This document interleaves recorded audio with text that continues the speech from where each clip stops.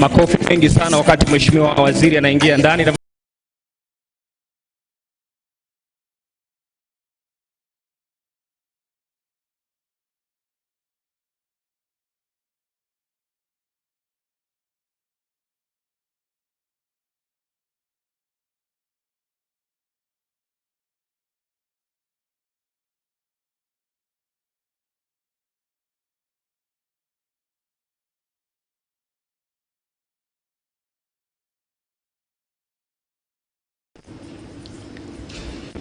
Asante sana.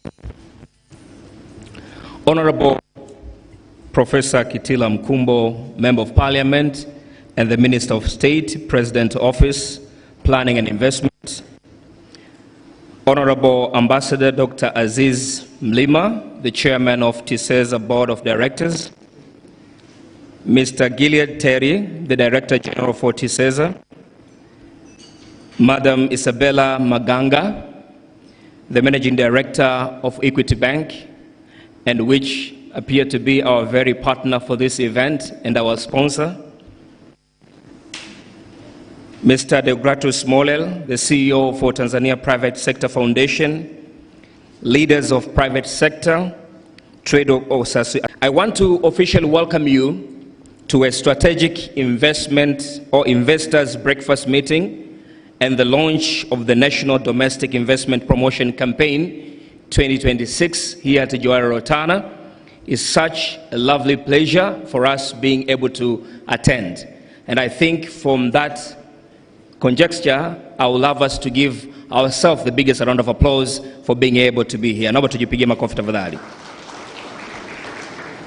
I would love to bring it to your attention that today's event is highly sponsored by Equity Bank Tanzania, and I think with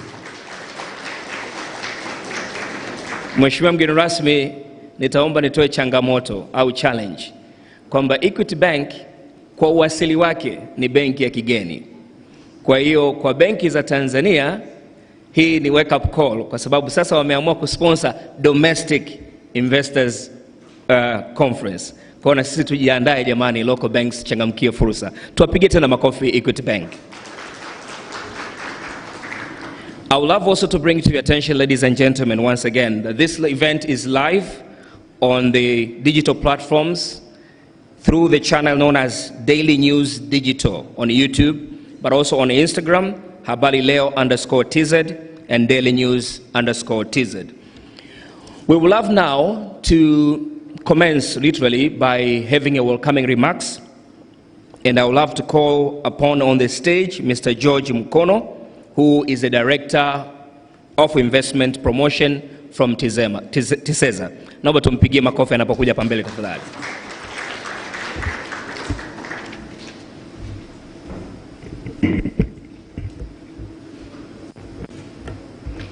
Honorable guest of honor, Professor Kitila Mkumbo, Minister of State, President Office, Planning and Investment. My role this morning is formally to acknowledge but also to introduce the distinguished guests who have honored to this important event today. So let me begin by introducing our guest of honor, Honorable Professor Kitila Mkumbo, who is the Minister of State, President Office, Planning and Investment. Also, we have a representative from the Permanent Secretary, Minister of State, President Office, Planning and Investment. I also like to introduce the Director General of Tanzania Investment and Special Economic Zone Authority. I'd also like to acknowledge the presence of Ms. Isabella Maganga, who is the Managing Director of Equity Bank Tanzania. I also acknowledge the presence of Mr. Deogratus Molel, the CEO of TPSF. Honorable Minister, allow me also to introduce some members and partners and stakeholders from who are present here, from the different government institutions who are present under the One-Stop Facilitation Center. So let me introduce the presence of the head of institutions and representative from the Prime Minister's office from the Labor Division.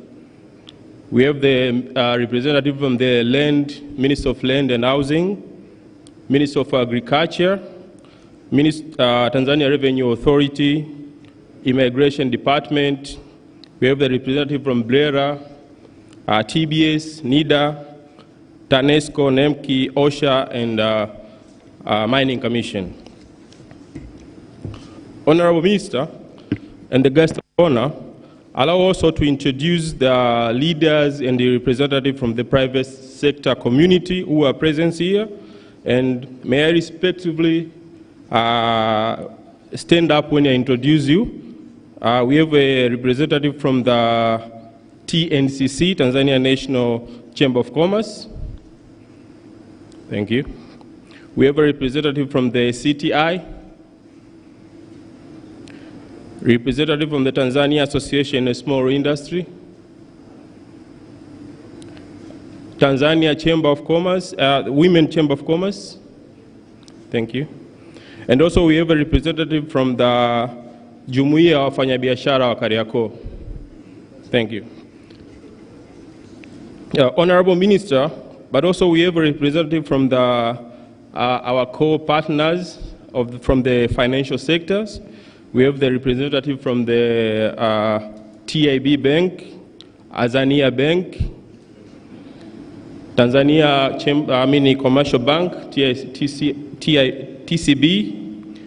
NMB Bank, CRDB, and TADB. Honorable Minister, with your permission, because these events, you have two, important, job to do today.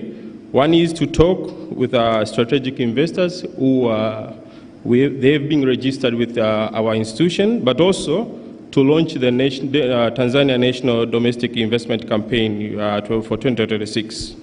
So, with your permission, allow me to introduce by mentioning the names of the strategic investors who are present here today.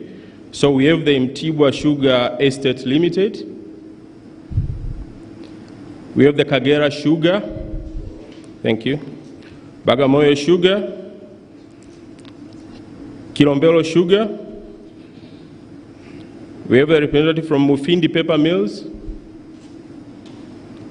Wima Rice, Tanzania. We have a representative from the Lake Cement, Taifa Gas, Rodhia Industry Limited, Mount Meru Millers, GSM Group, Mohammed Enterprise. We have a representative from the Said Salim Balesa, Geita Gold Mining, Tanzania Cash Growers, Tanzon Company Limited, Msufini Tanzania, Pan Tanzania Agricultural Development Limited, Tanchoice, Tanzania Tuku Garments, Itracom Fertilizer, Airtel, Kinauf, Sinotang Industrial Park, Weed Flowers Grain and Oil Mills, Oilcom, Sinovest Industry, Iarakang Tanzania, Elven Agri Company Limited, Raphael Lifting, Moffat Company, Saturn Corporation, Bravo Group, Agro Team, Watercom. So, Honorable Minister and the guest of honor, these are some of the representatives and the head of these strategic investors who are present here for the breakfast meeting which are going to have with them this morning. So, Honorable Minister and the guest of honor, allow me also to, with my great pleasure, to welcome you all to this strategic breakfast meeting, but also launch of the National Domestic Investment Promotion Campaign for 2026. We are truly honored by your presence and thank you for taking the valuable time to join us this morning. Your presence here this morning reflects a strong commitment for the economic transformation, but also the business environment within our country. Honorable guest of honor, the launch of the National Investment domestic investment promotion campaign for 2026 is part of the program. Today directly reflects the actualization and realization of the Tanzania National Vision, DIRA 2050. With this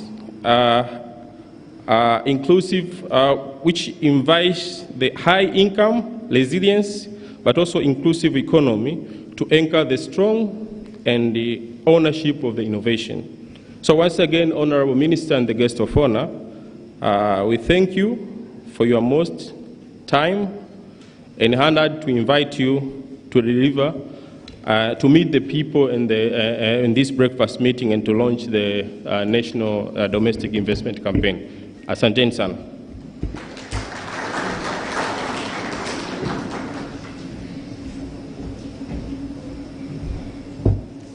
Thank you very much, Mr. George Mukono, the Director of Investment Promotion from TISEZA, and I think we can give him another big round of applause for that. Honorable guest of honor, is a prime time now to hear from the champion and overseas of private sector here in Tanzania. I would love to call upon the new appointed CEO for Tanzania Private Sector Foundation, Mr. Deogratus Molel. Tumpigie makofi sana tafadhali.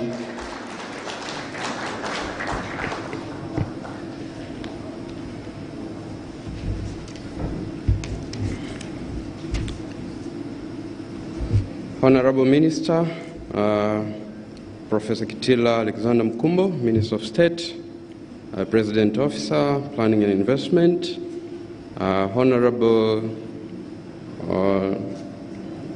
DG of TISEZA, Gideon Terry,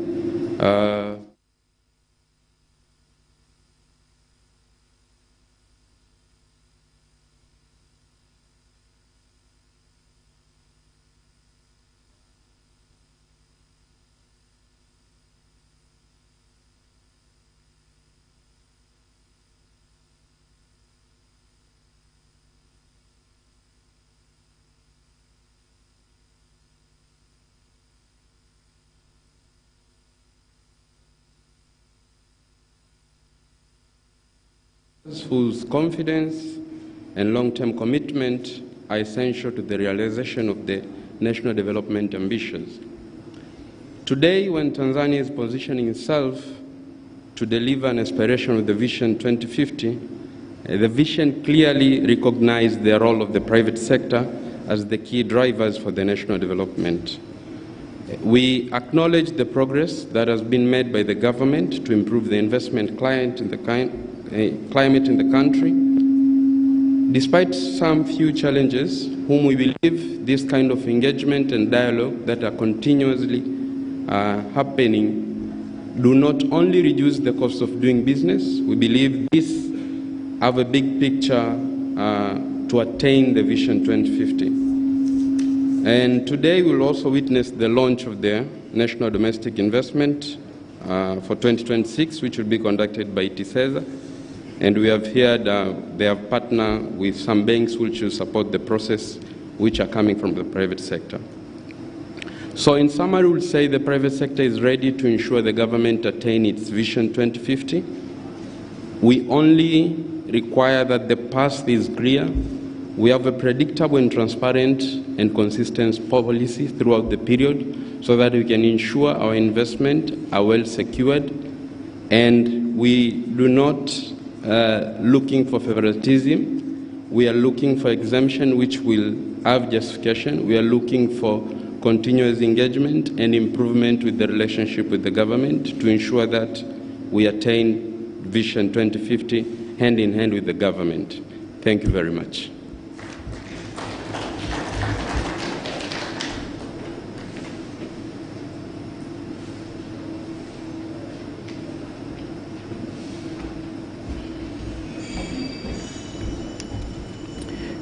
Ni damu changa kabisa kwa sekta binafsi. Naomba tuongeze makofi tafadhali kwa Mr. Deo.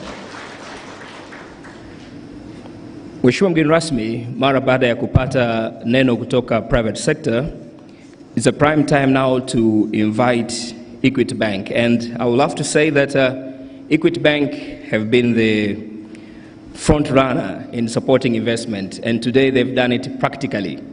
Kwa hiyo tunawashukuru sana. Nitaomba kwa sababu tajiri lazima aongelewe vizuri, tumpigie makofi sana tafadhali Equity Bank. Na atakayekuja kufanya hivyo ni Madam Maganga ambaye ni CEO mwenyewe na MD tuseme wa Equity Bank. Karibu sana. Makofi mengi tafadhali kwa Madam.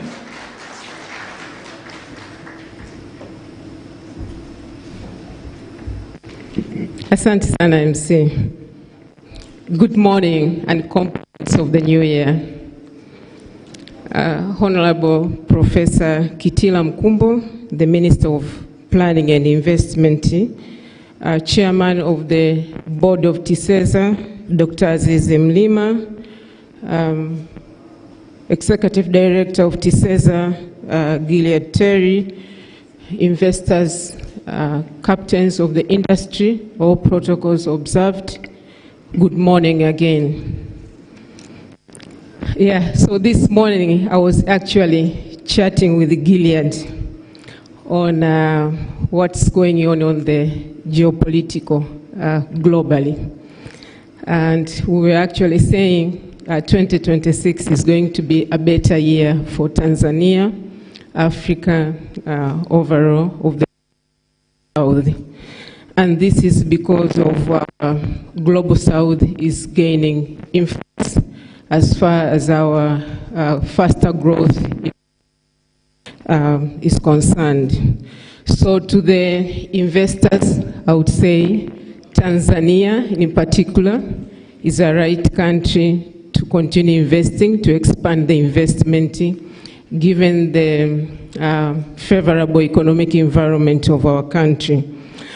And in this regard, we as Equity Bank, we have partnered with TISEZA, not just because we have so much money to invest in, to sponsor the investment, but it's just because we understand that Equity Bank and a group, we have put the strategy in the market to support the government to propel investment in all the countries that we are operating. And this is the reason why we have said we have to work in collaborations with the TISEZA.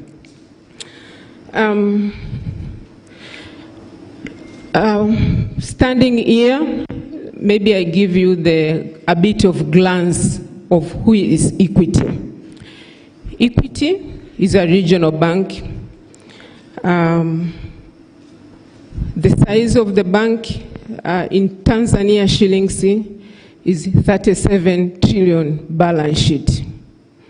And to the investors, I understand for them they would like to understand if they have to come to expand their investment and access for the finance. Our single obligor lending is 1.6 trillion Tanzania shillings. We have a footprint in 6 countries, Tanzania being one of it, Kenya, Rwanda, Uganda, DRC, as well as Southern Sudan. And to all these countries, we have equally supported the local investment and the foreign investments to the country. Some of the investors in this forum today, they are our clients. We also appreciate working to them, and we are happy to see their investment. They are growing and expanding locally and region. We have also representative offices in Ethiopia as well as Dubai. So these 2 representative offices, they are liaison offices to support our clients and the potential investors who want to bring their investments to the countries where we are operating. I would like to welcome all the investors to come work with the Equity. We have commitment and intention to support your investment, to grow within Tanzania, and if you want to expand to cross the border, we'll support you. We've done a couple of trade missions, taking our clients to other countries where we have the operations. We have done it in DRC, we have done Uganda, Rwanda, Kenya as well, and we are also planning to do others to cross Africa to go to other countries like China, Turkey, and many other countries where Tanzanians, they do business. Our doors are open. We have skills and expertise who can support your investment in manufacturing, mining investment, infrastructure investment, both here in Tanzania as well as the big capacity is sitting at the group office in Nairobi. Thank you so much, Gilead, for giving us this opportunity, and we wish you all the best in your investment. We as Equity Bank, we stand to be your right partner in growing your business. Thank you so much.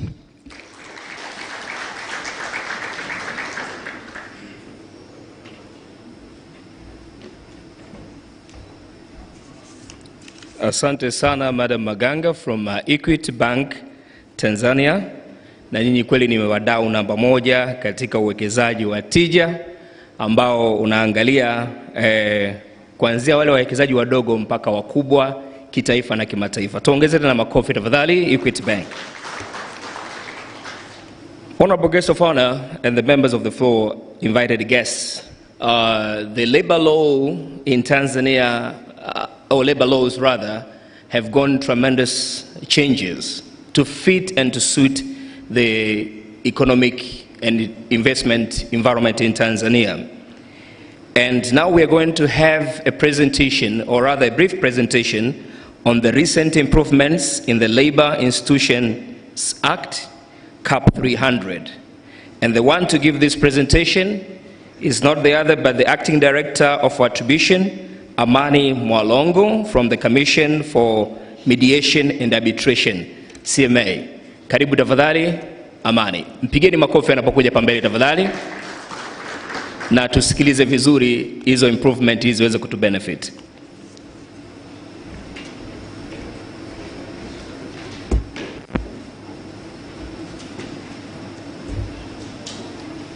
Ladies and gentlemen, just to set the context, one of the feedback we got from previous engagements with strategic investors are issues of labor, how hard it is to fire people, and how sometimes as big employers that all of you are, have some of the laws that are structured against your enterprises, the ability of getting value from your staff.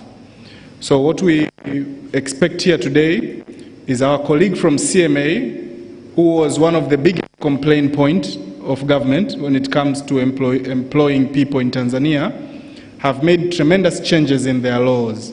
And I want each of the CEO here to pay attention to the laws that have been changed, that have made it easy for each and every one of you to manage people in your own organization. So perhaps, second to the speech of Honorable Minister, this is perhaps the most important thing here today. I just wanted to make sure that you get that point correct, please. Thank you, CEO of the TISEZA. As I've been introduced, my name is Amani Mwalongo, the Acting Director of the Arbitration Unit from the Commission for Mediation and Arbitration. Honorable Minister and Guest of Honor, Professor Kitila Mkumbo, the Permanent Secretary of the Ministry, Honorable Ambassador, Honorable Director of the TISEZA, and all investors who are present here today, and the invited guests, ladies and gentlemen, good morning. Kazi na utu.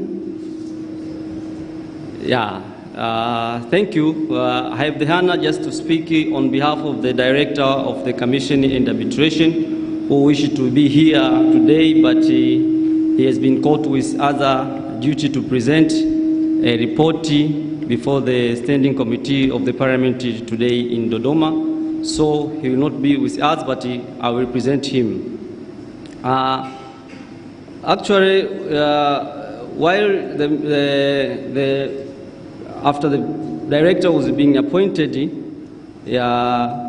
had a strong need to cooperate with the TISEZA over and above through the memorandum of understanding that which we signed with the CMA and TISEZA last year, just to join hands in addressing the investors' concerns and creating conducive business climate in Tanzania. So this is therefore just to give the feedback on how the government play a good role on how to create a good environment to Tanzania. Honorable Minister, for the purpose of those who may not be well known, the CMA, allow me to say something on what is the CMA and what the CMA is doing. Actually, the CMA is an independent institution, that's a government institution, which is charged with the duty to resolve the labor dispute through the process of mediation and arbitration. It is where the employees and employers just land there in case when there are some rights or some interests have been violated, and then in one way or another they can file their dispute at the CMA. Honorable Minister is fully aware that while the investors inject their mega capital in various sectors, they are bound by our laws to employ the citizen of the Tanzania except for the jobs which our people lack necessary skills. The CMA is equally aware that due to such conditions attached to investment, the investors need assurance on the effectiveness of our institutions to quickly and fairly resolve the dispute in case they arise. And then, because the prolonged labor disputes are not only costly, but also they affect the production, which may paralyze the investors' capital. Honorable Minister, I'm here to give assurance to the government that the government has taken a serious initiative to make sure that the labor dispute resolution systems did not affect the business climate in Tanzania. Before I proceed, this is just the message from the director that allow me to just give a comment out to the director of the TISEZA and the Honorable Minister, just a few words. That's just a congratulation on what he is doing with the TISEZA. Now, the following were the issues that the TISEZA addressed to the CMA and addressed to the government on what to do and on how to improve on the issue of labor. He came with the three things that he says. Our labor laws and judgment were punitive and had no limits when it comes to the compensation. He emphasized that just one labor dispute could drain and chase the investor. You know, before this amendment, the Tanzania labor law through the Employment and Labor Relations Act, especially Section 40, in case there is a dispute between the employer and the employee, there were no any limit of the punishment of the orders that when the High Court or the CMA can order. It started from the 12 months goes to the above. So there were no any ceiling. That could mostly affected the investors. Another thing, it was about the dispute take too long. The dispute take too long. Most of the investors, they spend a lot of time at the court just solving the dispute. And also the accessibility of the CMA. It was difficult. Sometimes the investors are very interior, then it could be very difficult to access the CMA. So, Honorable Minister, I have got a good news, not only for the TISEZA, but also for the other investors. The amendment which we have done by the government so as to improve the environment for the investors. In the year 2025, the government made some amendment, especially that Section 40, subsection 1C, where it was dealing with the compensation in case the employee is being terminated unfairly. It put a limit. It put a limit. Now, from this 25, from this amendment, the maximum penalty which has been announced will be 24 months compensation. 24 months compensation, whereby if the CMA or the labor court find that the termination was unfair, then the maximum, it put a ceiling that would be 24 months only. In that situation, it will be like that when the CMA or the Labor Court finds that that employee was terminated on grounds of discrimination. That has been proved that he was totally discriminated. Then the maximum penalty will be 24 months. Then it will go up to the 6 months. So the maximum will be 24 months and the minimum will be 6 months. Quite different from the previous, before it was amended. The minimum was 12 and the maximum was not known. It was subject to the one who, it was the discretion of the one who was hearing that case, whether it's an arbitrator or whether it's a judge. So from there now, we have the ceiling. 24 months, 20, 18 months, 12, and 6. Another amendment which has been done, it was just before there was section 16, sorry, section 14, it talks about the nature of the contract. It was not covering, you know, sometimes there are investors who are coming specifically for a certain project. They're just coming, they come in Tanzania and they have a project of 6 months, they have a project of 1 year months, 1 year, or the project of two years. Now the law didn't say anything on that aspect. Now through the amendment, you can come and invest, or a certain company when you come in Tanzania and got a project for 6 months, now you can employ the employer, you can employ the employee by signing the contract of 6 months.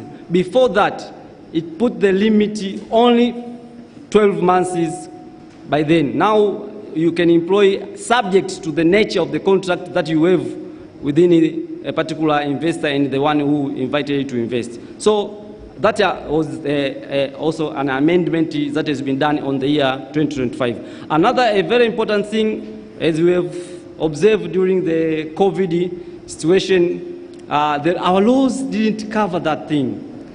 Our laws didn't cover any outbreak. Now the amendment of section 16 amended and put that clause now. In case there is any outbreak, an investor can sit and discuss with the employees on how to go about. And that provision says that you should sign an agreement on how to handle that situation. By then it was difficult. And our laws didn't take it. Now you can.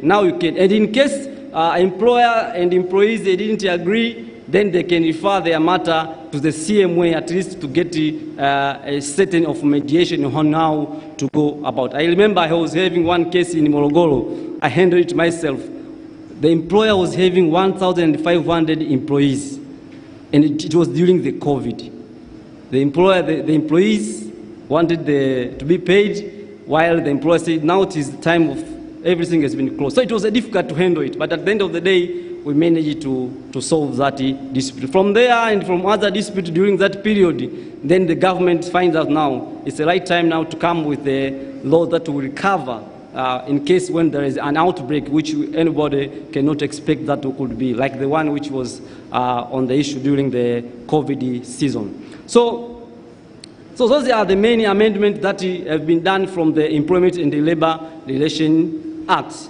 And another improvement that the CMA now we've introduced nearby in the coming 3 days, we have we open the online case management.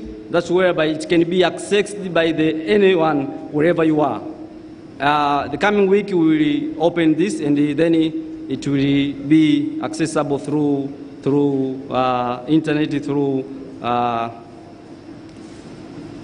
also another thing that we've been covered.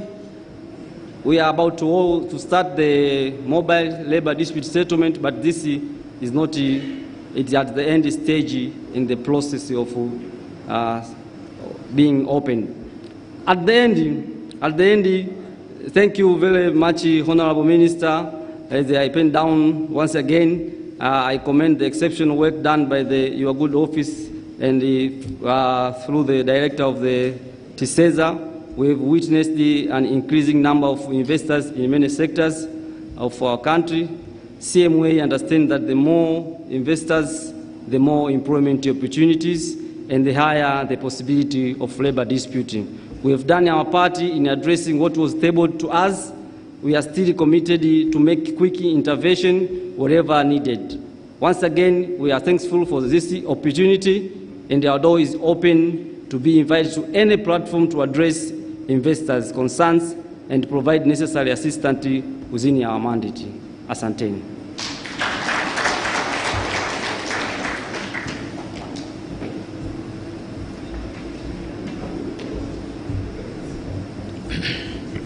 Asante sana Mr. Mwalongo Amani kwa wasilisho lako juu ya mabadiliko na maboresho ya mazingira sehemu za kazi hususan kwa wafanyakazi.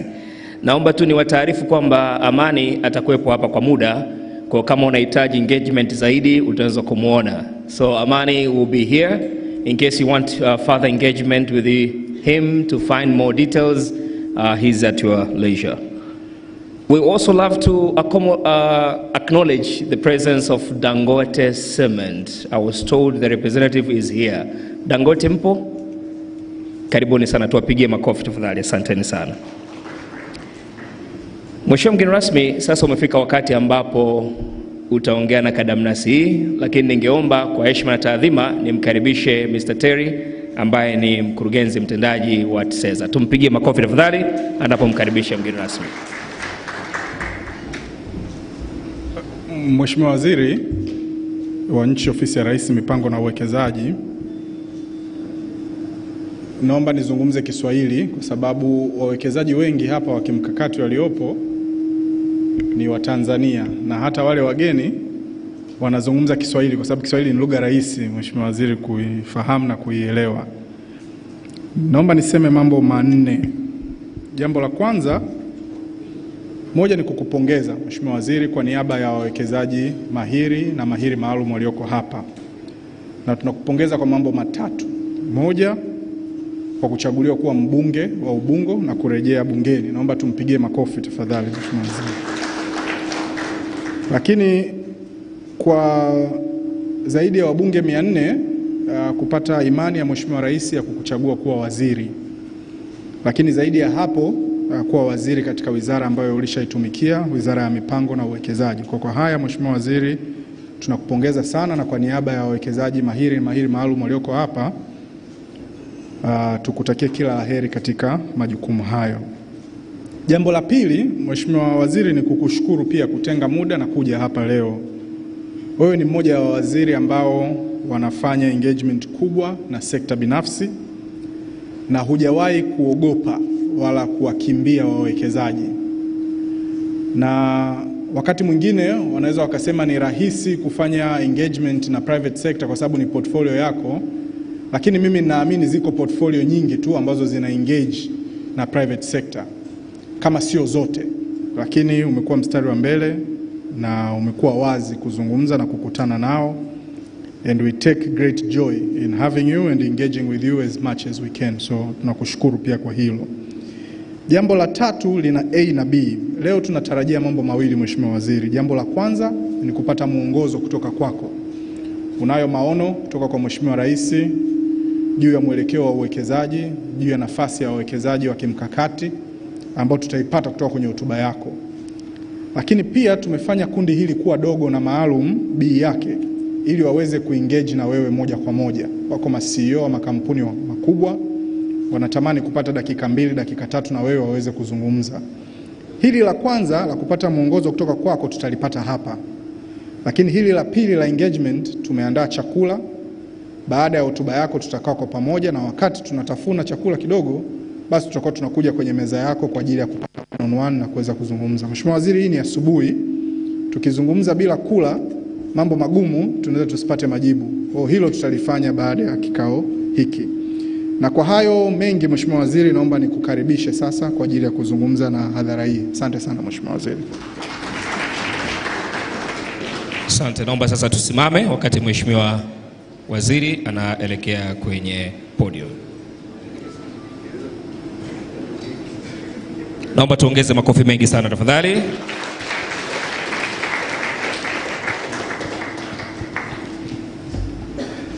Asante sana, naomba tukae.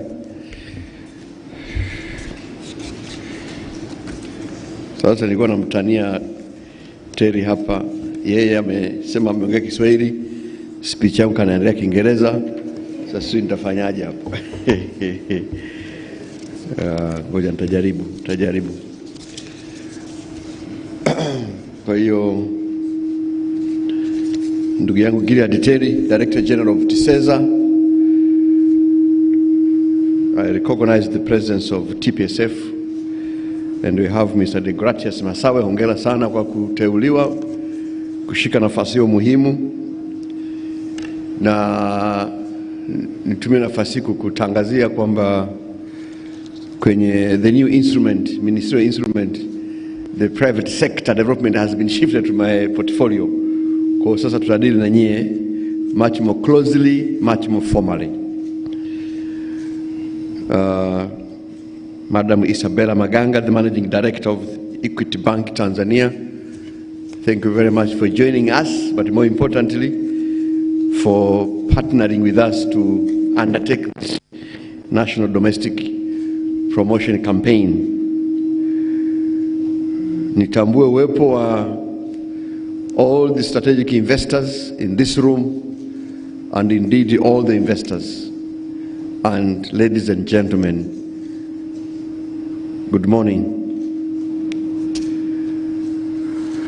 So it's with great pleasure that I'm able to join you this morning at this strategic investors breakfast meeting.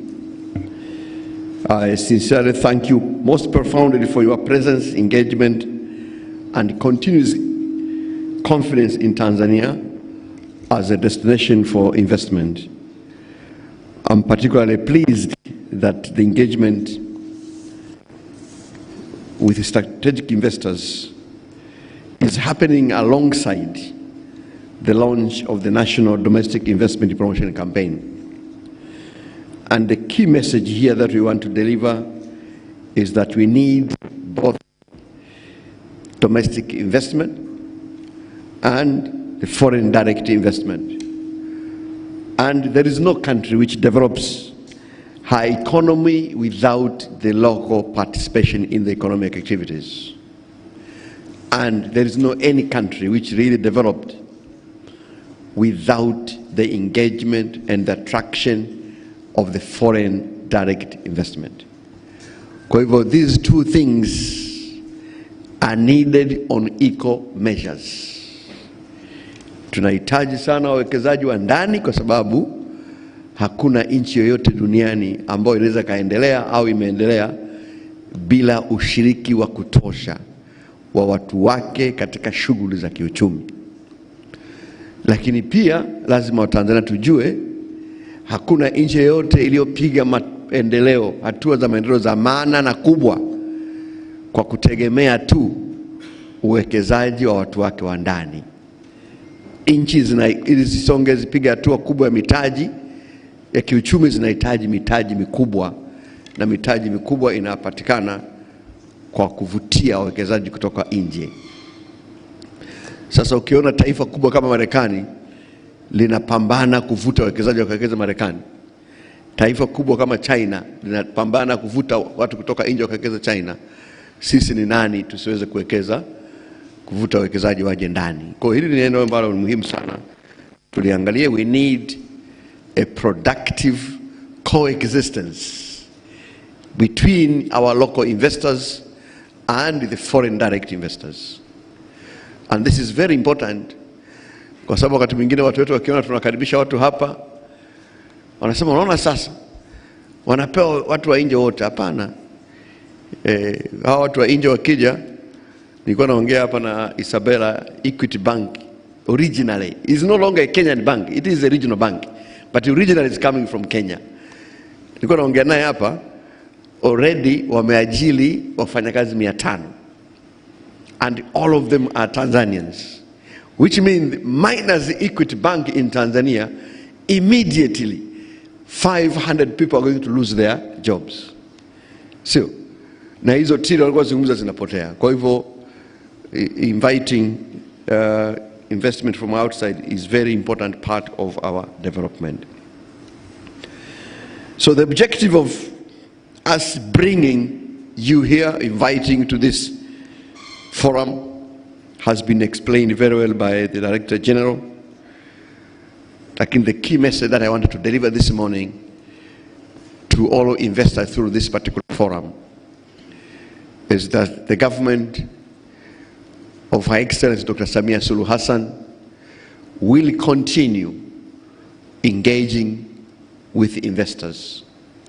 And this time, going forward, we are even changing our approach.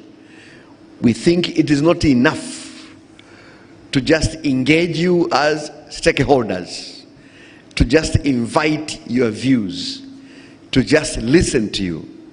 Going forward, we want to engage you as partners, not just to listen to your complaints, but to sit down with you, undertake joint problem-solving forums, so that we identify the problems, we solve collectively. It's not like there is one side with problems, which is the investors, and there is the second side, which has the solution, which is the government.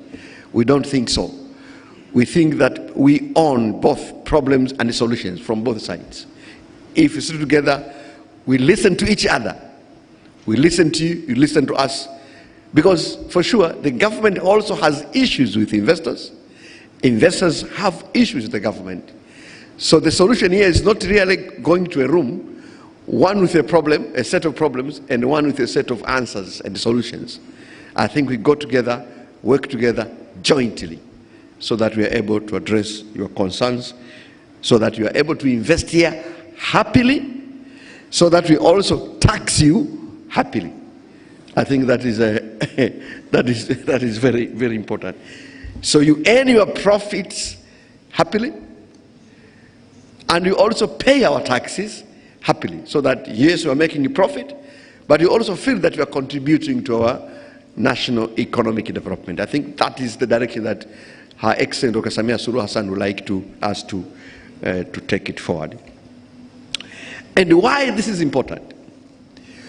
This is important because our new vision, which we call DIRA 2050, is very ambitious. We want to move this economy in the next 5 years. In the next 50 years, we are talking about $1 trillion economy, next 25 years by 2050. But we now have the operational plan, which is called 5-year development plan, which is the first operational plan which is trying to translate the Vision 2050. So by 2030, we want to move from our current GDP around 85 billion shillings, billion dollars, to around 118 by 2030. And we would like to see the economy growing. For us to be able to reach there, the economy, our experts have done the modeling. This economy must grow from the present around 5.9% this year to 10.5% by 2031. And that is only a space of 5 years. To be able to do that, that is not going to come from politicians. It's not going to come from, government officials who are wearing nice suits. That is going to come from businesses investing and doing their businesses. Therefore, we are going to radically continue transforming our business and investment environment so that it makes it easy to start and do business. So that is very important. We also want to enhance our export portfolio. It has grown quite respectively over the last 5 years, but still our export portfolio is still largely dominated by exportation of non-values products. mazao tu haya, mnasafisha kahawa kama ilivyo, korosho kama zilivyo, madini kama yalivyo. Going forward, that needs to change. And I'm so grateful that we are now receiving some very serious strategic investors who are investing here for the purpose of exporting almost 80% of the product to, international markets. So that is going to be critical. We want to industrialize. And you will see that in the next phase of our development process, we will be very hard on how we handle our natural resources, including the minerals. We are under serious discussions with a number of investors to tell them that, my friend, it won't be possible to move our minerals from the pit to the port. Our minerals will have to move from the pit to the factories, then to the port. Which means that we need to export our minerals in value-added forms. They have to be processed. And of course, they're telling us it is very expensive. We know it is expensive. Who say that expensive things can only happen in Europe and America and Asia? Expensive things should also happen here. So that the negotiations we are going to be having with our friends, with the investors, we want them not only to invest the mining machinery, we want also them to invest the value-adding machinery here in Tanzania. And the reason is that we have so many young people who need jobs. And these jobs will have to come from value additions, not really from other sides. So that's the thing that I wanted to communicate to our friends who are here on behalf of others who are not here.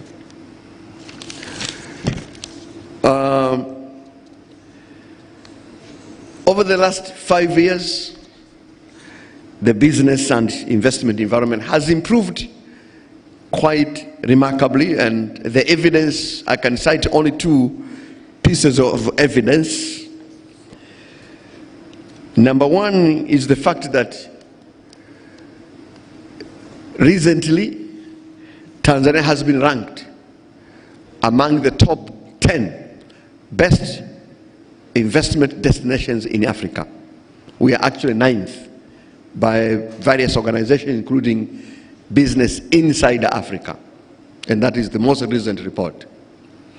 Which is good news, because if you go back in 2021, Tanzania was nowhere to be seen in terms of how do we rank with regard to investment climate. So we are very grateful that under the efforts and the policy direction that have been championed by our Excellence, Dr. Samia Suluhu Hassan, President,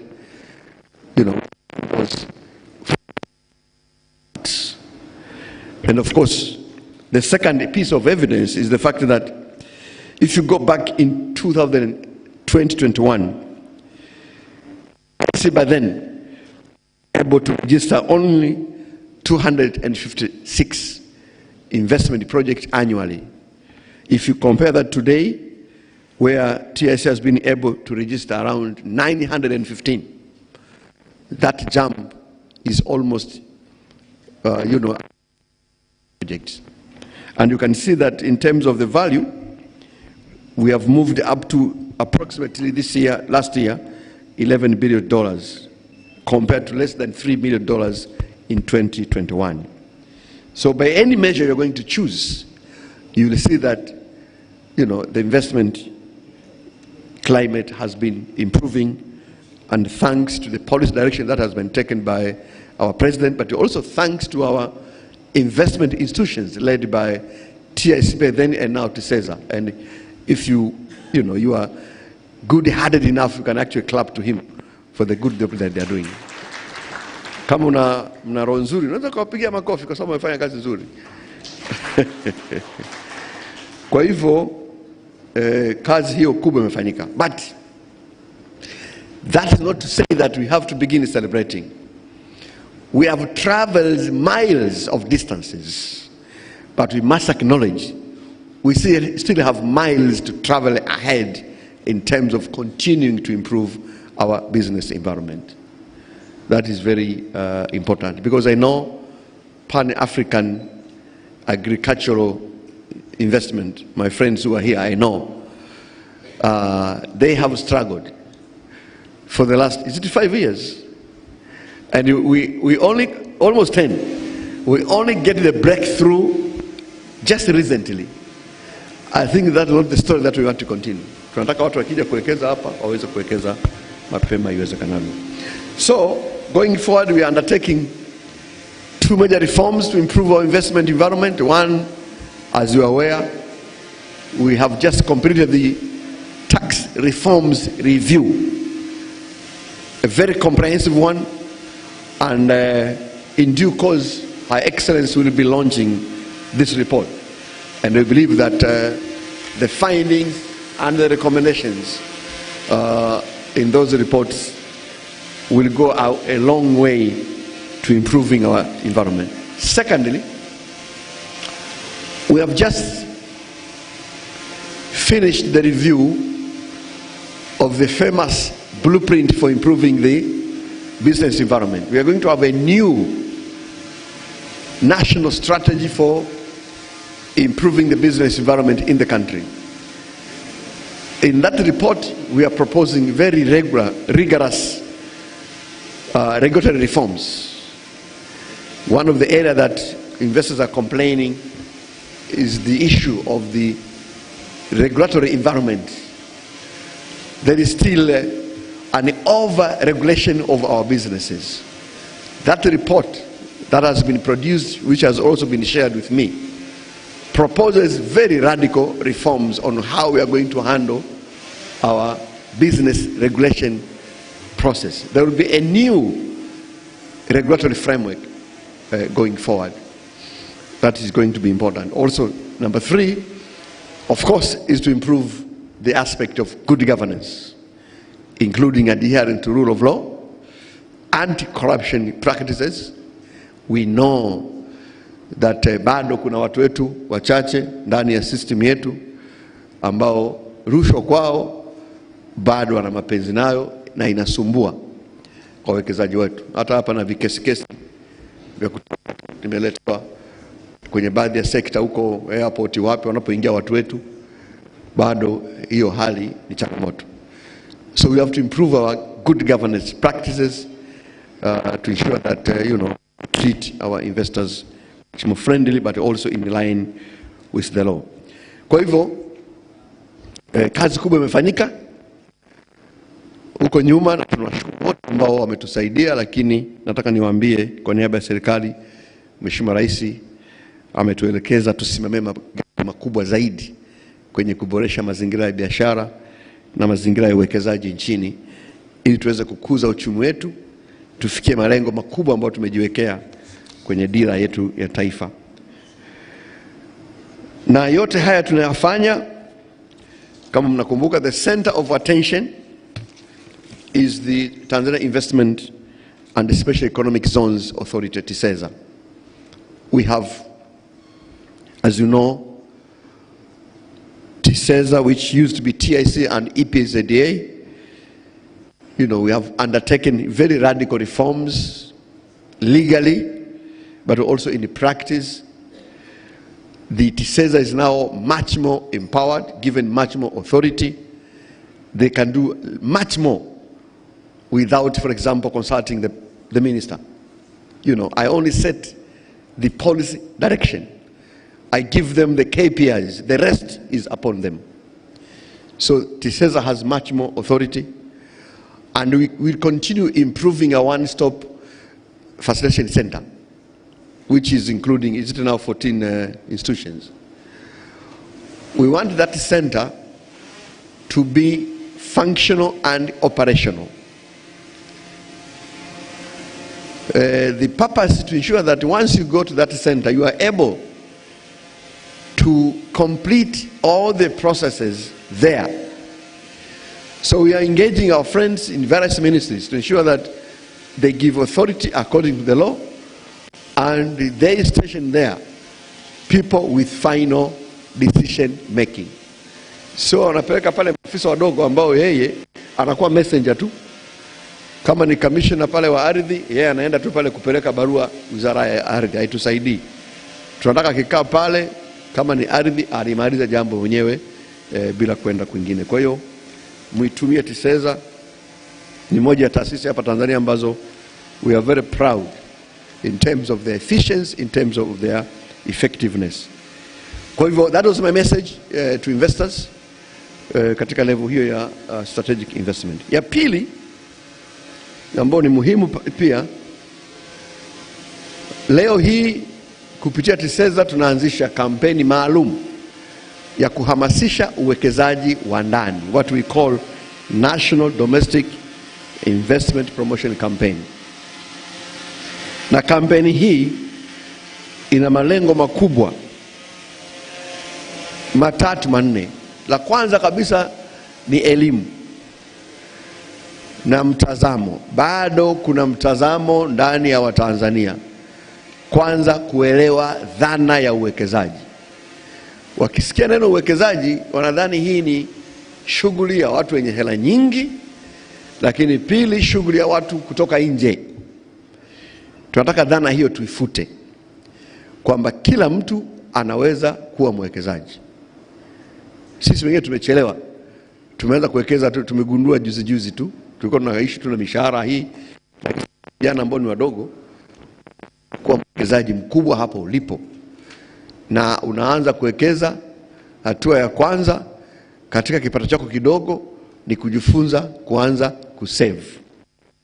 Na waliosoma wanaenda shule, hatua ya kwanza ya kusave ni kumanage familia. Unajua, unajipangia kabisa. Unatakiwa ujue mtu mwenye watoto 10 na watoto kwenye kusave kuna tofauti kubwa sana. Wewe mwenye watoto 10, ndugu yangu, unapata kipato cha shilingi 500,000 kwa mwezi, na mwenzako ana watoto 3. Wewe watoto 10 utasave. Utakuwa unahangaika tu, huyu kiatu kimeisha, huyu kaptula imechanika, utaisha kukopesha. Kwa hiyo ndio maana kwenye dira tumeweka swala la population growth management la muhimu, ili kuambia Watanzania, ili kupiga, kuna uhusiano mkubwa sana kati ya saving na idadi ya watu ulionao, kati ya huduma unazotoa na idadi ya watu. Kwa hatua ya kwanza ni saving, kwamba katika hela kadogo na kokapata, weka hela ya mahitaji yako muhimu ya chakula na kadhalika. Weka hela kidogo ya kula maisha, ukipita pale unapata kawaini, hiyo ni kula maisha, wala sio mahitaji muhimu. Lakini usisahau kuweka hela pia kwa ajili ya saving. Hako saving, kesho kutwa ukiamua kuanzisha mradi wa kuku, ndio umeshakuwa mwekezaji hivyo. Ukaamua kupeleka UTT, wewe ni mwekezaji tayari. Sio? Kwa uwekezaji tunazungumzia hapa sio miujiza. Sio kazi tu ya wazungu na wahindi na wachina. Anybody can be an investor provided. Ukishaweka akiba, hatua inayofuata, ukishaweka na akiba na kamradi, unaweza kutafuta kina Isabella. Sio, unatafuta kina Isabella ukaongeza sasa, kwa sababu bwana mimi na kamtaji kangu nataka nipige hatua kidogo. Ukienda Isabella akikuangalia hapa, anaangalia portfolio kako, una vya account vimenona. Ukimwambia mkopo, kukupa kabilioni 1 sio issue. Anakupa bilioni 1, unazidi kuwa mwekezaji. Sasa tunazo benki hapa, watu kutoka nje wanatoka nje hapa, wanakuja kukopa humu ndani. Wanakopa mahela yetu hapa, wanaenda kuwekeza, anajenga kiwanda. Kesho anasema unaona sasa. Kwa hiyo tunataka hii kampeni itumike kutoa elimu kwa Watanzania kwamba kuwa mwekezaji namba 1 sio lazima uwe tajiri. Kipato unapata kadogo unaweza kukatumia hako kuwekeza. Badala kuwa na suti 20, unakuwa na suti 2 3, unapendeza vile vile. Suti zingine unawekeza kule, unafanya mambo. Kwa mambo haya yanawezekana. Sio kazi ya watu wa nje. Lakini la pili ni kuonyesha fursa za uwekezaji wa ndani. Tunazo fursa nyingi, lakini nyingi hizi nikiongea na wawekezaji wa ndani unakuta wenzetu kutoka nje wanazijua kuliko watu wetu. Kwa watu wajue fursa, wajue mazingira. Na napenda sana Terry wanatoa mfano mzuri kwamba kuna wenzetu kutoka nje wamekuja wamefungua hoteli hapa, wakatumia hizo fursa, wameingiza vitu kama sisi wanaita mafurniture, manini huko ndani, na import duty hapo bandarini. Lakini watu wetu amejenga hoteli kwa hela yake kuanzia mwanzo mpaka mwisho. Kumbe angepata exemption, angeanza kujenga hoteli kubwa zaidi. Kwa hiyo tunataka hizi fursa wasione. Lakini pia wapate faida ambazo wanaweza kuzipata hizo wanaita vivutio wavione, kwa sababu wenzetu wa nje kabla hajaja hapa anakuwa amestudy mazingira vizuri, akija hapa anafahamu incentive zote, wakati wetu hapo hapa hawajui. Tunataka hao wenzetu TISEZA wazunguke nchi nzima, wafanye hiyo kazi ya kutoa elimu, kuonyesha fursa ni hizi hapa, vivutio ni hivi hapa, ili waweze watu wetu wazielewe. Nadhani itakuwa ni muhimu sana. Na mwisho kabisa, kwa kufanya hivyo tunaamini tutakuwa tumewajengea Watanzania confidence ya kuweza kuchukua hatua za kuweza kuwekeza na kuwa sehemu ya biashara Tanzania, na sio tuseme kutafuta ajira, lakini wao wenyewe kujiajiri na kutengeneza ajira kwa watu wengine. Kwa hiyo ni eneo kubwa ambalo Mheshimiwa Rais ametuelekeza tulisimamie liweze kufanyika na linaanza mara moja. Kwa hiyo niwashukuru sana ndugu zangu, lakini pia kuna fursa ya kuunganisha wawekezaji wa Tanzania na wa nje, na kuna sheria zetu baadhi zimeweka masharti kwamba investment hapa huwezi kuweka bila kuwa na ushirika na Mtanzania.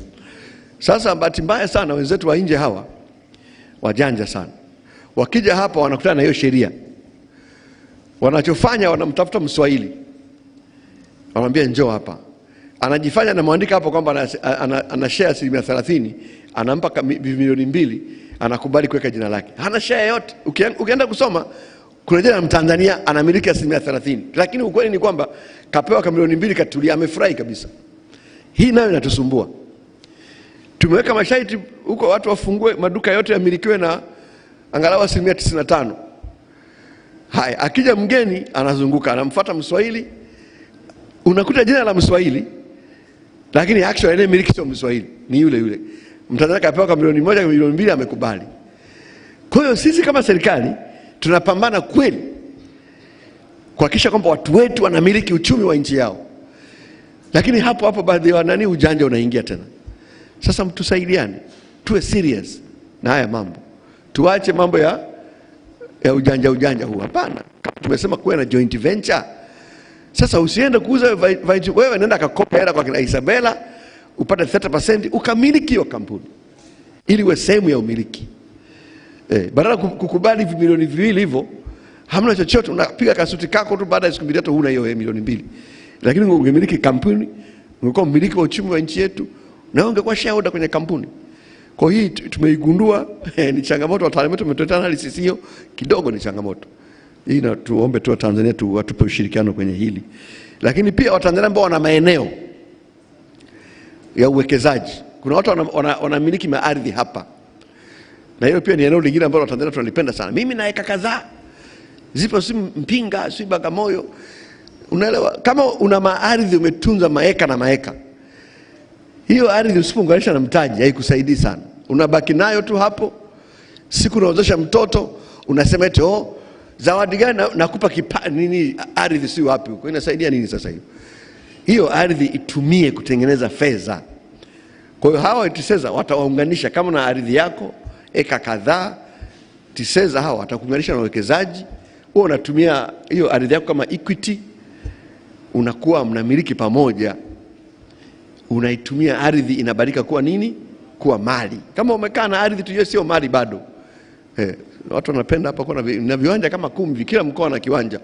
Sasa hiyo ni nini hiyo? Mpaka watu waanze kununua ni lini?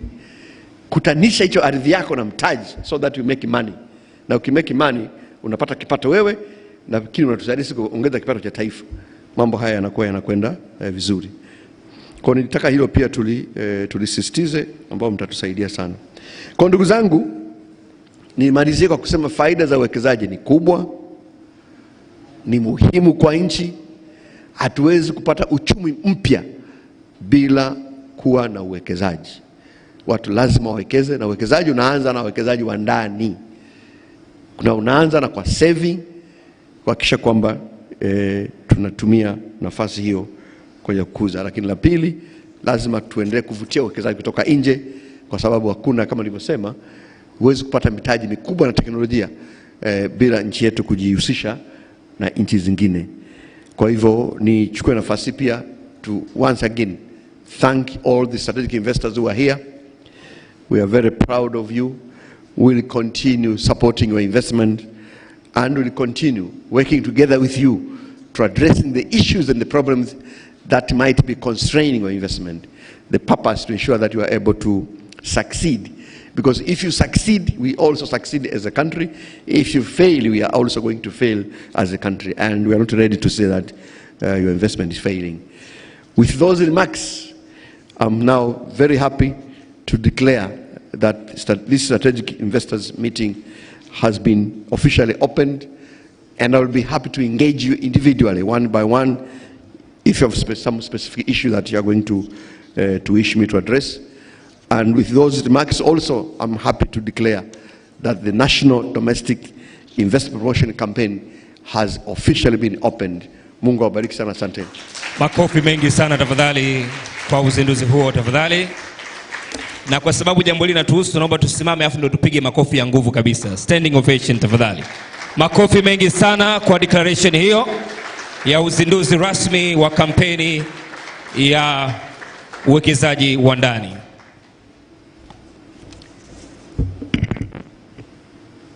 Naomba tuketi tafadhali.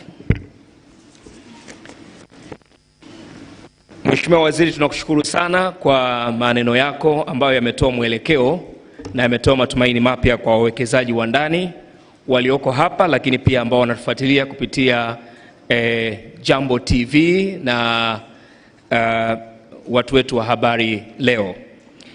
Naomba nisisitize kwamba engagement itaendelea hapa. So if you truly wish to have an engagement with the minister as he has invited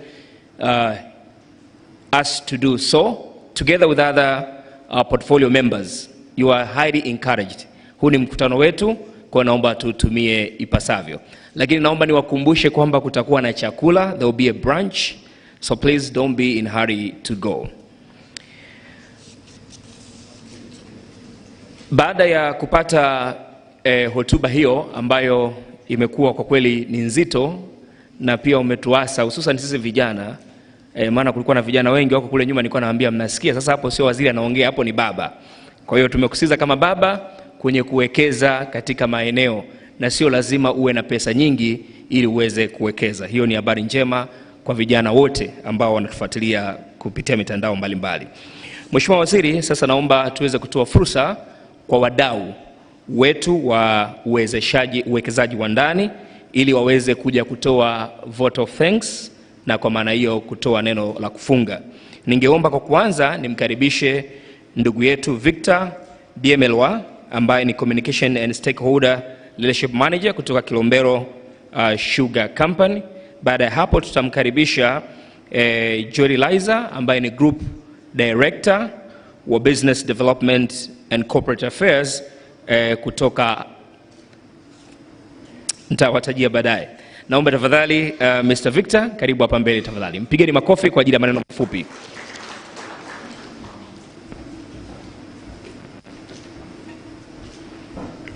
Mheshimiwa Waziri wa Nchi, Ofisi ya Rais, Uwekezaji na Mipango, ndugu wageni waalikwa, mabibi na mabwana, lakini na wafanyabiashara wenzetu na wawekezaji.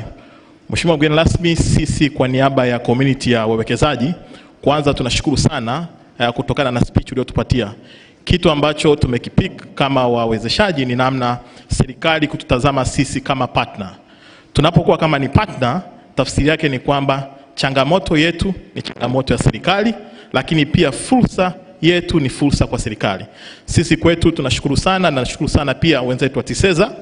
Sisi tunatambulika kama ni wawekezaji wa kimkakati, na kwa upande wetu specifically kama Kilombero Sugar tuna uwekezaji wa zaidi ya bilioni 744 wa kiwanda kipya ambacho lengo lake ni kufikia utoshelevu wa sukari nchini kama ambavyo ni dhamira ya serikali, na tunafahamu ambapo serikali na nchi wote tunapata changamoto kutokana na akisi ya upatikanaji wa sukari. Kwa hiyo tunashukuru sana.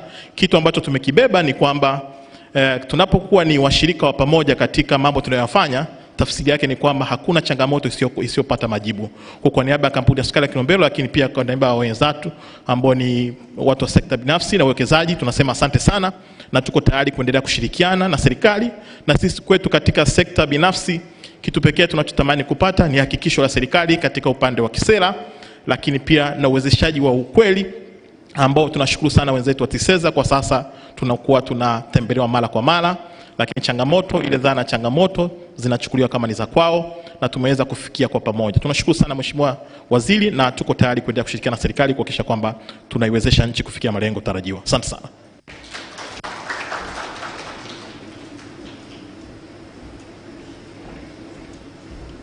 Naomba sasa nimkaribishe Mr.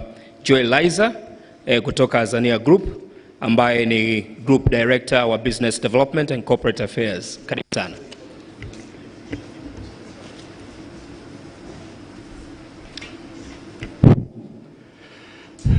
Mheshimiwa Waziri wa Uwekezaji,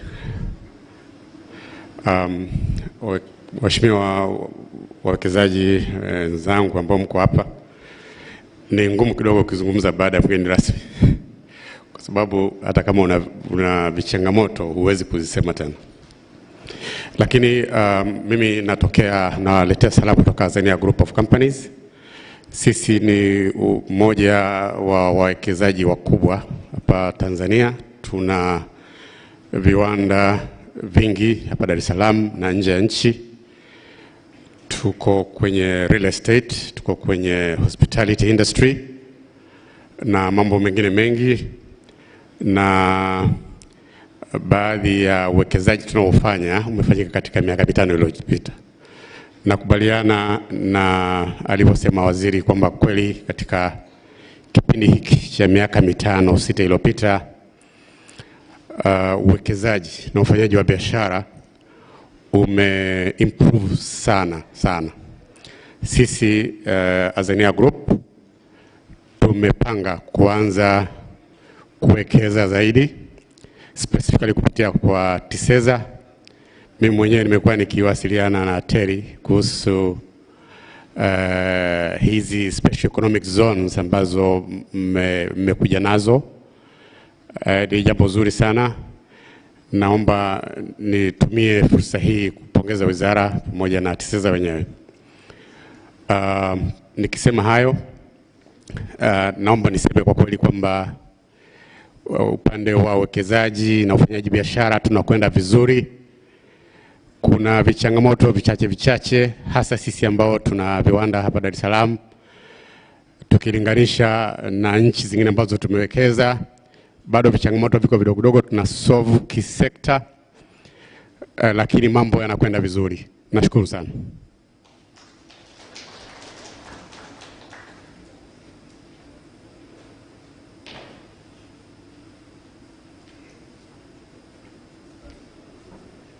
Asante sana Mr. Joel Liza kutoka Azania Group. Sasa Mheshimiwa mgeni rasmi, kwa sababu huu mkutano ni wawekezaji na ndio tumewalenga, tunaomba kwa ruksa yako tumuongeze Dangote Cement ili naye aweze ku give some remarks, a very brief remarks, na baada hapo nitaeleza anayefuata. Karibu tafadhali mwakilishi kutoka Dangote. Makofi kwake tafadhali.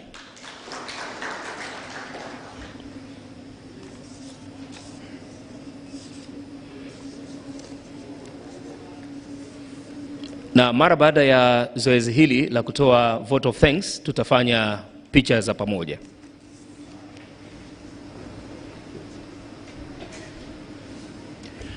Mheshimiwa Waziri, waheshimiwa wageni waalikwa, nianze kwa kutoa salamu za Dangote.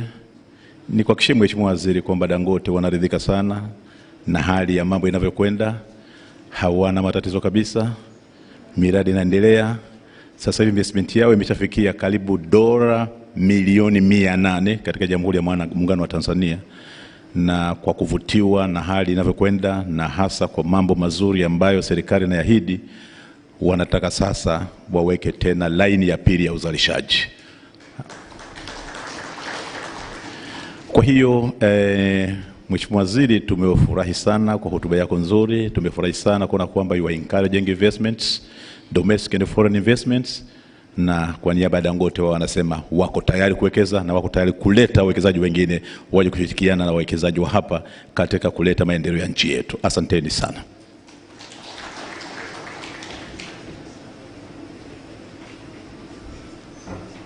Asante sana mwakilishi kutoka Dangote. Sasa ningeomba nimkaribishe pia mwakilishi kutoka Introcom, Nimemwona Mheshimiwa Ngeleja, waziri mstaafu. Naamini ukija hautatumia siasa sana, lakini sasa hivi ni mwekezaji. Kwa hiyo nitaomba tutumie dakika chache ili kuweza nawe kutoa salamu fupi. Tumpigie makofi tafadhali Mheshimiwa Ngeleja.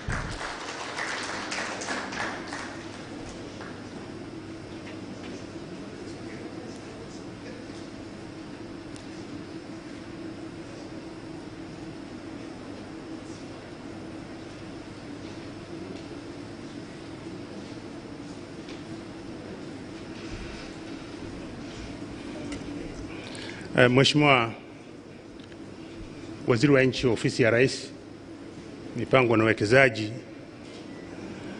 Mheshimiwa Mkurugenzi Mkuu wa TISEZA, viongozi wakuu wa mashirika mbalimbali wakiwemo wawezeshaji wa hii event,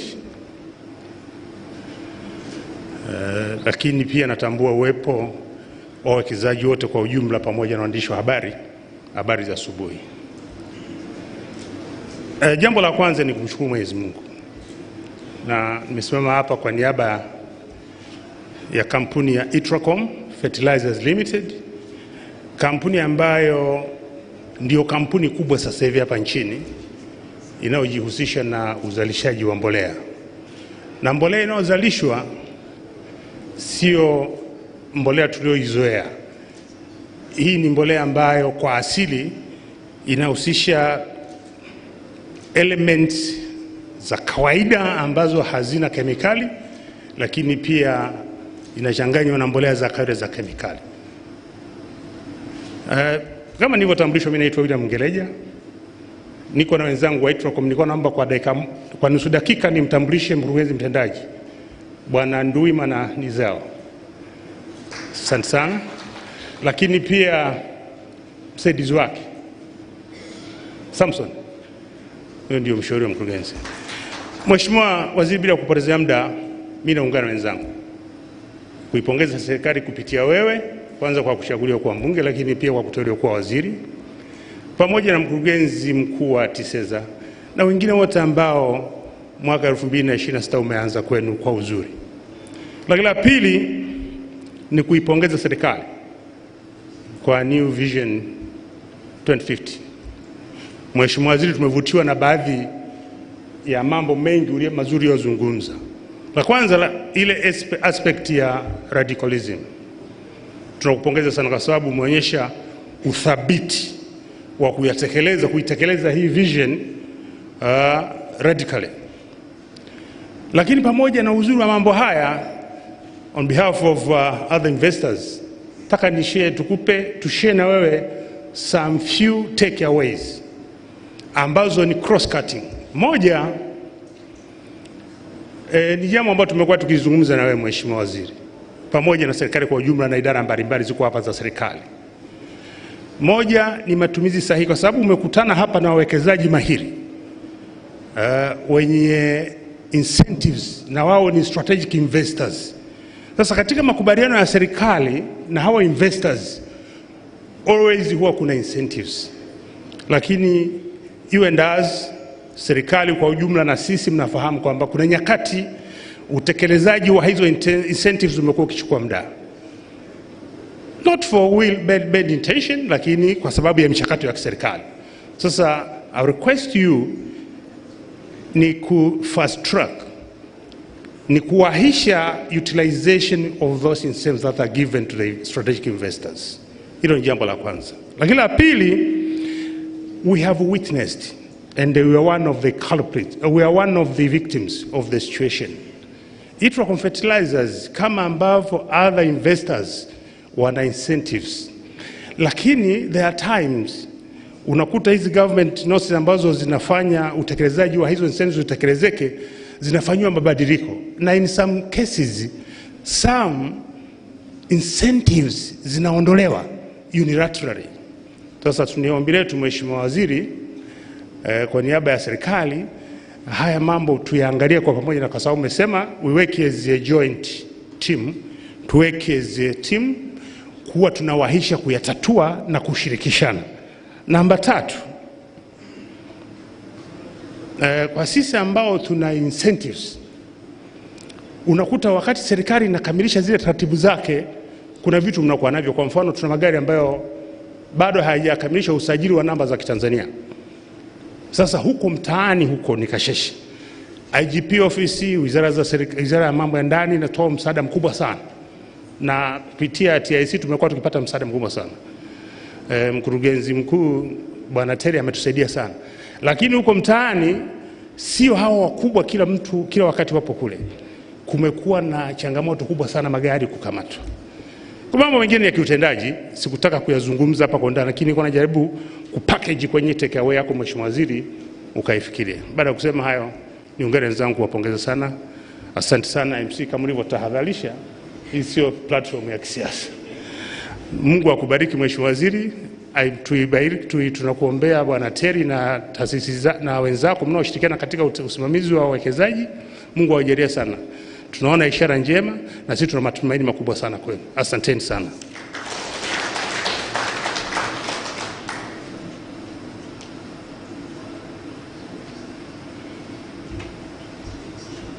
Asante sana Mheshimiwa Ngeleja, naomba tumuongezee makofi tena mengi tafadhali. Kabla sijamkaribisha msemaji wa mwisho kutoka ALAF, naomba nitoe tangazo fupi ambalo la muhimu sana. Kwenye kila meza tumejaribu kuweka vipeperushi ambavyo vinahusisha uwekezaji nchini Tanzania. You can scan the QR codes and get the digital format, but also you can go through the hard copies. Wale wa kizazi cha physical, basi tuko hapa pia, tunaweza ukapata taarifa zote ambazo ni sahihi. Kwenye hivi vipeperushi kuna taarifa nyingi sana na za kiutendaji pia. Unaweza kufanya registration pia, miradi ya kimkakati, special economic zones ziko hapa. Kwa hiyo ni fursa ya kupata taarifa zote ambazo unazihitaji. Mwisho sasa, wakati tunakaribia kwenda kula chakula, niweze kumkaribisha mwakilishi kutoka ALAF Tanzania Limited. Yupo mkurugenzi, lakini naomba Madam Hawa tafadhali, kwa sababu ni mtu wa communication, basi kwa kifupi ili uweze kutufungia. Karibu sana. Tumpige makofi tafadhali. Just to bring on perspective, huyu ndo atakuwa mwanamke wa pili kuongea kwenye hii stage. Kwa naomba tuongeze makofi mengi tafadhali.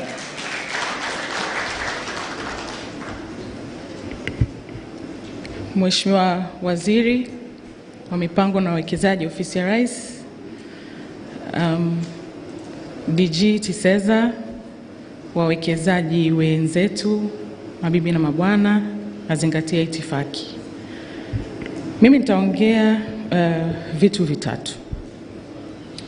Kabla sijaongea vitu vitatu, naomba nianze kwa kujitambulisha tena. Naitwa Hawa Bayumi, ni Head of External Affairs wa ALAF Limited.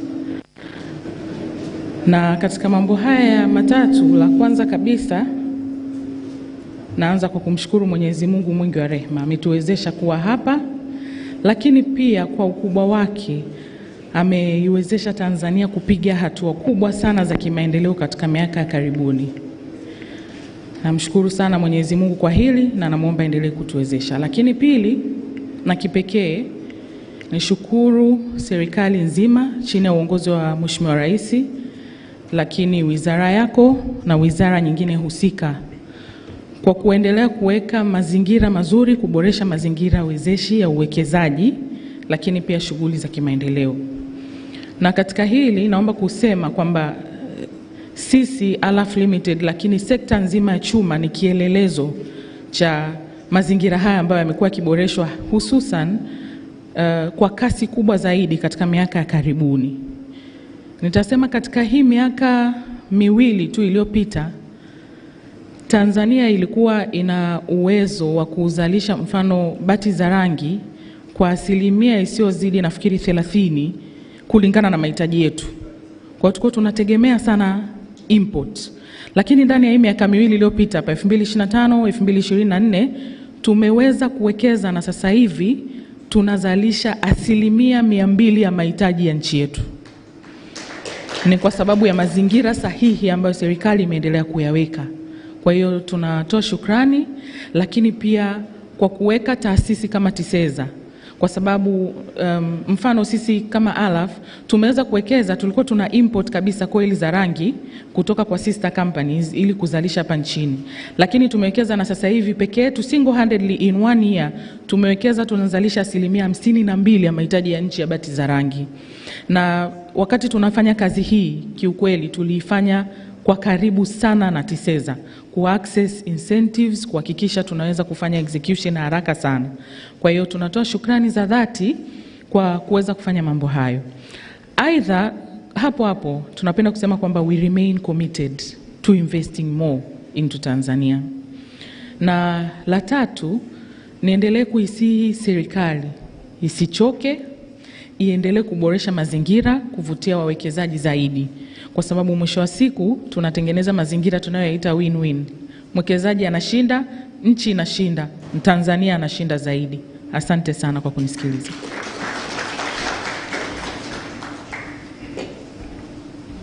Asante sana Madam Hawa Bayumi kutoka Alaf.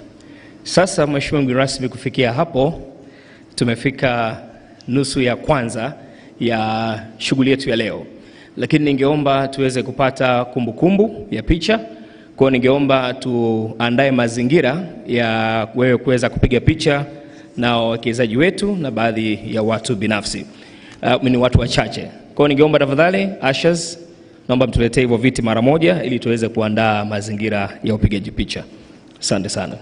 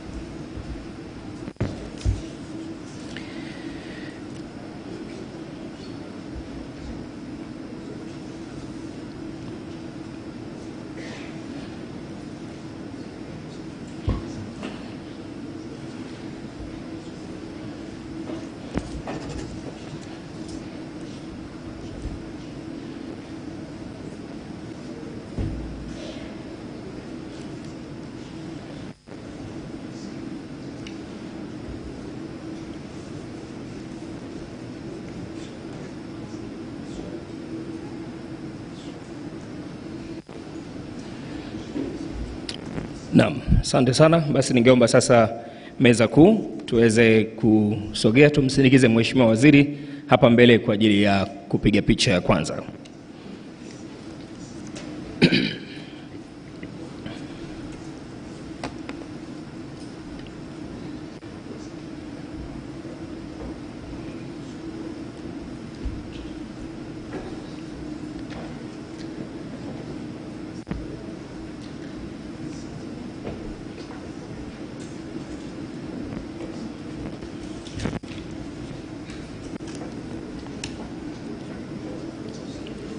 Kwa hiyo picha ya kwanza itakuwa ni meza kuu, na baada ya hapo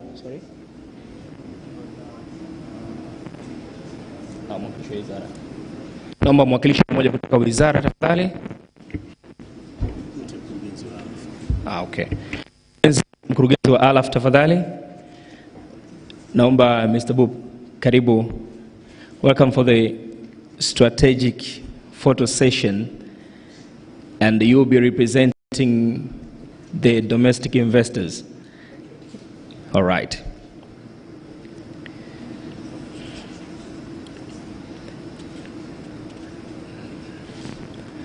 Picha inayofuata ni wawakilishi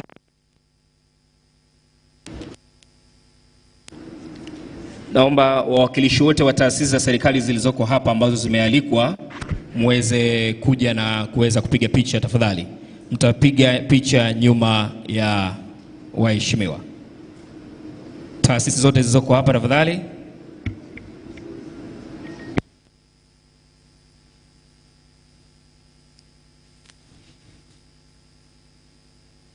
Just to give you a reminder, we are also going to have a brunch and engagements. So please don't be in hurry to go so that we can truly capitalize on that opportunity as well.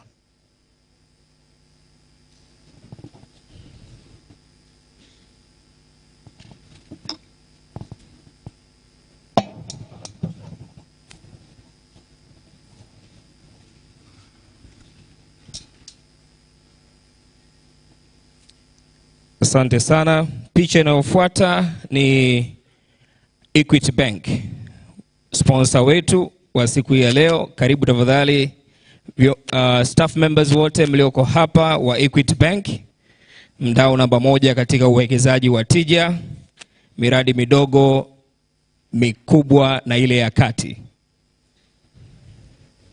Kwa wale ambao mmechelewa, hawa ndio ambao wametuwezesha kwa siku ya leo. Naomba tuwapigie makofi tafadhali. Equity Bank.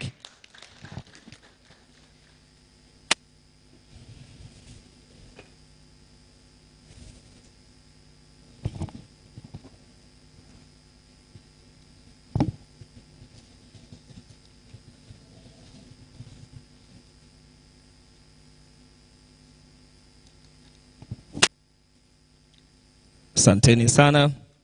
Picha inayofuata ni sisi sasa wawekezaji wa ndani, na nitaomba tufanye makundi matatu ili tuweze kupata fursa ya kutosha hapa mbele.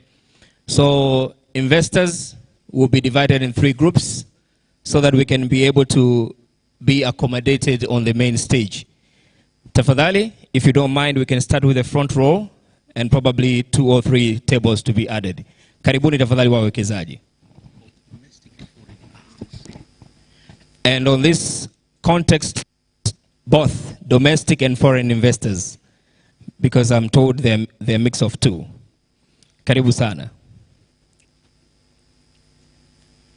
Naomba ukiwa unapiga picha jitahidi kutabasamu, maana hii sio interview ya jeshi, bali ni mkutano wetu sisi wafanyabiashara.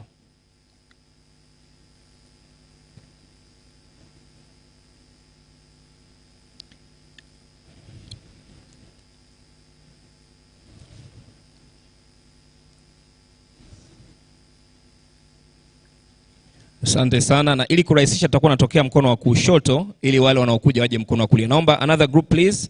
Let's proceed to take on the stage through the right hand side. Tumia mkono wa kulia kuweza kuingia na tutakuwa tumia mkono wa kushoto kushuka. Karibuni sana.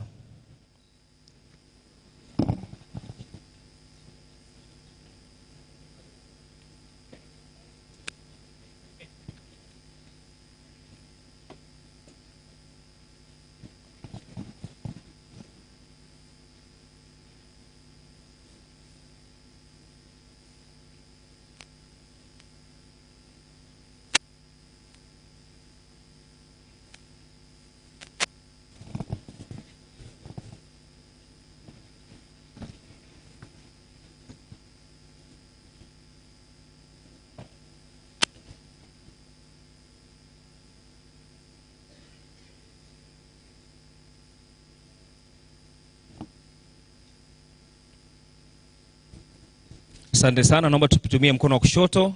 Haya, kundi lingine tafadhali la wawekezaji, naomba tutumie mkono wa kulia. Karibuni. Tuharakishe kidogo ili tupate muda wa kutosha wa engagements. Nilisema makundi matatu lakini naona bado watu wapo wengi. Kwa hiyo naomba just come regardless of that number that I've shared before.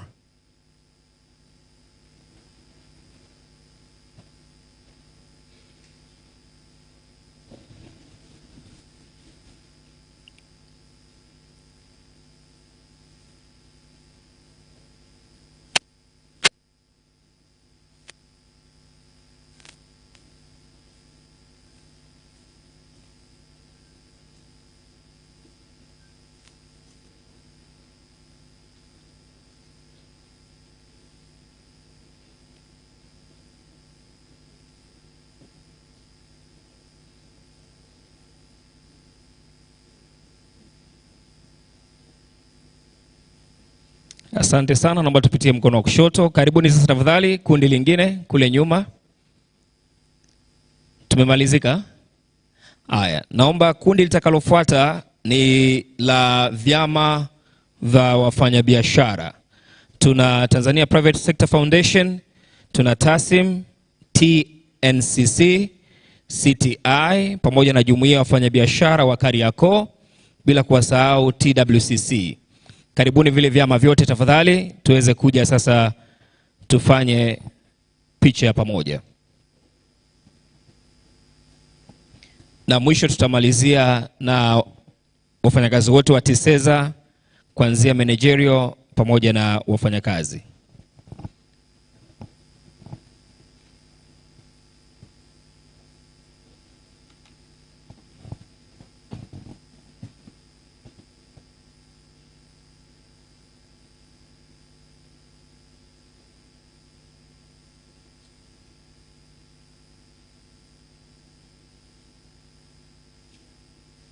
Asante sana. Sasa naomba tuwakaribishe TISEZA, timu nzima ya TISEZA tafadhali, from the managerial level, management level to the staff members as well. Just come as one. Na naomba hawa jamani tuwapigie makofi, hawajalala kabisa. Makofi mengi yaongezeke tafadhali. They've done tremendous job from the planning and now the implementation of this day. They've a lot of sleepless nights to ensure that everything is going smoothly. Na wengi ukiangalia ni vijana kabisa kama DG alivyo. Naomba tutabasamu kidogo, ingawa najua tumechoka.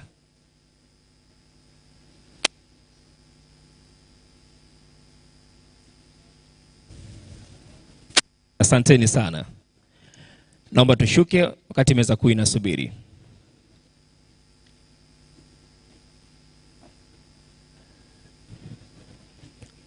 Mheshimiwa mgeni rasmi, mkono wangu wa kulia kuna mlango wa mbele ambapo waandishi wa habari wanakusubiri ili uweze kuongea na kadamnasi au halaiki ya Watanzania juu ya mpango ambao tumeuzindua leo na mkutano huu. The rest of us, we are going to go on the first floor for our branch. And be reminded, once you have your branch, we come back here for further engagement. Kwa ningeomba mheshimiwa uongoze mheshimiwa mgeni rasmi kwa ajili ya kwenda kwa ajili ya kupata maswali na